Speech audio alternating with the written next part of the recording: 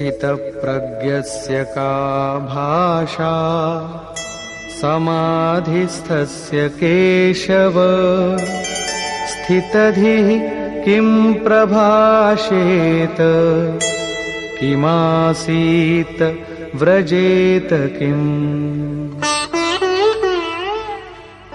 समाधीयते চিত্তম যস্মিন স আত্মা এব সমাধি।